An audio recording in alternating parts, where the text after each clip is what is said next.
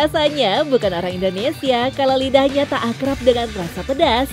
Hampir banyak kuliner Nusantara mengusung konsep pedas hingga jajanan kaki lima sekalipun.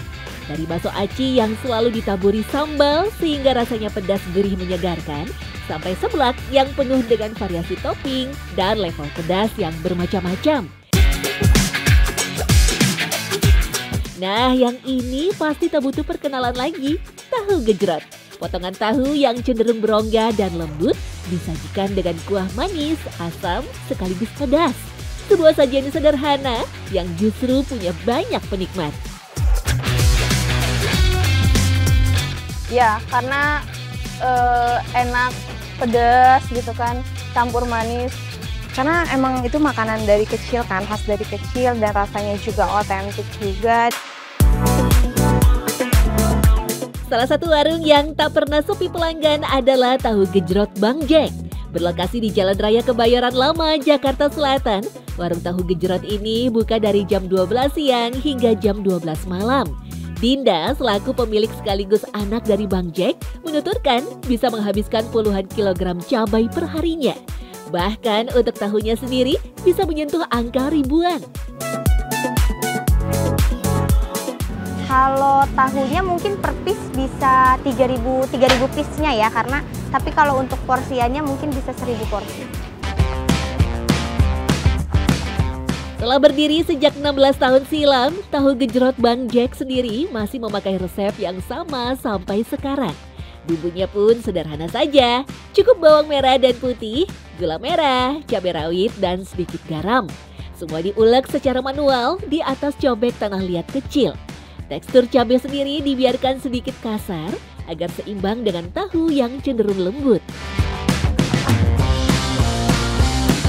Meski nanti disiram kuah gula merah dan asam jawa, pada bumbu awal gula tetap ditambahkan untuk membuat pedas cabai terasa lebih lembut. Kalau di sini biasanya kita pakai ada lagi tambahan asamnya, ada lagi tambahan asam biji asamnya. Tapi kalau misalnya biji asamnya lagi nggak ada, kita pakai belimbing kuwu ya kalau nggak salah. Ya, pakai belimbing yang kecil-kecil tuh yang asam banget, itu bisa pakai itu. Jadi bisa lebih menambah kesegaran dan keasaman dari kuahnya itu. Untuk tingkat kepedasan, Tahu Gejrot Bang Jack menyajikan beberapa macam level tergantung selera pengunjung. Tak tanggung-tanggung, bahkan mereka siap jika ada pelanggan yang meminta hingga 200 biji cabai. Jadi kalau misalnya pelanggan bilang level 1 berarti artinya cabai 1 gitu. Cuman kalau di sini standar kita yaitu sedang, pedas, sama pedas banget. Kalau sedang itu dari 15 cabai sampai 20 cabai. Kalau pedas 25 cabai sampai 30 cabai, pedas bangetnya 30, 50, 100 bahkan sampai 200. Lantas, dari mana sebenarnya asal-usul Tahu Gejrot sendiri dan apa yang membuatnya disebut Tahu Gejrot? Munculnya Tahu Gejrot tentu tak lepas dari pengaruh etnis Tionghoa yang masuk ke Nusantara sejak abad ke-10. Kedatangan mereka yang bermaksud mencari rempah terkadang berujung pada menetapnya mereka di tanah air. Dari situlah bentuk budaya Tionghoa pun mulai dikenal oleh masyarakat Nusantara, termasuk tahu. Kedatangan bangsa Tionghoa seraya membawa komoditas mereka seperti tahu yang kemudian diadaptasi dan dibudidayakan di Indonesia. Literasinya itu sudah dituliskan oleh bangsa kuno Nusantara. Salah satunya ada di Jawa Timur yaitu Prasasti Watakura. Itu tahun 902 Masehi. Tahu itu berasal dari dialeknya orang Hokkien. Ya, jadi Tionghoa yang daerah Hokkien itu punya dialek selatan Hainan. Kita taunya kan nasi Hainan ya, tapi ini Hainan ya, dari daerah Hainan. Mereka menyebutnya tahu hu gitu, bukan tahu. Jadi T-A-U-H-U, tahu hu. Sementara di Cirebon sendiri, banyak orang Tionghoa yang menetap di dekat perairan Sungai Cisanggarung, Kecamatan Ciledug, Cirebon. Hal ini untuk mempermudah segala transaksi perdagangan mereka kala itu. Diyakini baru pada abad ke-18, kuliner Tahu Gejrot diperkenalkan oleh masyarakat keturunan Tionghoa. Penyajian tahu gejrot menggunakan piring tanah liat berukuran kecil. Kesederhanaan ini identik dengan kaum pekerja yang pada masa itu banyak mengonsumsi tahu gejrot. Nama tahu gejrot pun diambil dari cara menuangkan kuah dari botol. Jadi dari saudagar untuk bekerja. Saudagar itu siapa? Saudagar itu adalah pemilik tahu. Dan akhirnya tahu gejrot ini diadaptasi, difungsikan untuk makanan rakyat, makanan pekerja.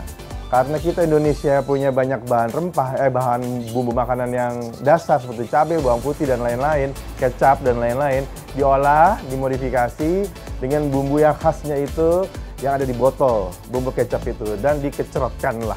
Jadi istilah tahu gejrot adalah kecrotan yang ada dalam botol kecap itu. Seiring waktu, tahu gejrot semakin terkenal hingga ke daerah Jamblang, Cirebon. Kala itu, para saudagar Tionghoa sering mempersembahkan tahu gejrot dalam acara ritual di rumah ibadah mereka. Pada masa Perang Kedondong, ketika rakyat Cirebon bersatu melawan tekanan yang semakin besar oleh VOC, tahu menjadi salah satu penyelamat nyawa di kala itu. Eksploitasi tanam paksa, monopoli perdagangan, upeti wajib, membuat kehidupan rakyat Cirebon sangat menderita. Nyaris tak ada yang bisa dikonsumsi kecuali komoditas dari pabrik tahu Tionghoa yang direbut oleh rakyat di saat itu. Meski 2 kali periode perang di awal tahun 1800-an tersebut berujung kekalahan rakyat Cirebon, tahu tetap menjadi sebuah saksi sejarah perjuangan di kota Wali ini. Tetapi yang unik, banyak yang menganggap bahwa tekstur tahu gejrot mirip dengan tahu Sumedang dan juga tahu pong di Semarang. Tak salah memang, tahu yang disebut tahu gembos ini memang sama-sama punya rongga alias tidak padat seperti tahu susu ataupun tahu takwa. Padahal jika merunut pada sejarahnya, tahu yang diolah oleh bangsa Tionghoa ketika awal masuk ke Nusantara punya karakter tebal sekaligus lembut. Banyak yang menganggap bahwa tahu berongga ini sebenarnya adalah upaya untuk mengawetkan makanan, khususnya tahu. Jadi caranya mereka mengawetkan tahu tersebut ialah dengan digoreng dahulu. Tahu yang sedikit basah atau yang tebal ada isinya itu cenderung umurnya sebentar ketimbang tahu yang kering. Karena tahu yang kering yang sudah digoreng kering itu akan lebih banyak menyerap minyak. Nah, salah satu fungsinya minyak itu mengawetkan. Jadi tahu pong ini awalnya memang dibuat sebagai sistem ketahanan pada tahu tersebut agar bisa dikonsumsi dalam jangka waktu yang lama. Meski memiliki proses yang sama pada awalnya, tahu berongga ini membutuhkan tambahan waktu ketika digoreng. Tahu perlu digoreng 2 kali dengan api yang berbeda panasnya. Yang pertama itu tahu tersebut digoreng dengan api kecil atau sedang, ya, lalu ditiriskan, kemudian nanti akan digoreng kembali menggunakan api yang sangat tinggi. Betul. Jadi akan menghasilkan hasil yang kriuk dan di dalamnya itu sedikit putihnya atau dagingnya. Jadi hanya kulit saja dan isinya itu sedikit, seperti halnya tahu Sumedang. Itu yang memang cara menggorengnya berbeda dengan tahu putih. Hal ini tentu jauh berbeda dengan tahu bulat yang muncul beberapa tahun terakhir. Meski sama-sama berongga, tahu pong ataupun tahu gejrot masih menyisakan serpihan daging tahu di dalamnya. Sementara tahu bulat yang diproses dengan menggiling tahu, dikeringkan lalu dicetak bulat, nyaris hanya menyisakan kulit tahu yang crispy ketika dimasak. Metode pengawetan tahu akhirnya berkembang ke berbagai wilayah Nusantara, terutama jalur pantai utara. Dari Cirebon sampai Surabaya di Jawa Timur. Yang membedakan hanyalah saus pendamping dari tahu tersebut. Sebagai contoh, tahu gejrot, dia disandingkan dengan kuah gula merah dan cukanya.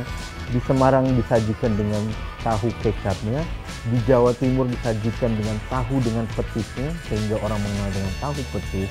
Jadi sebetulnya wilayah Pantura itu awal mula titik tahu disajikan dengan kecap.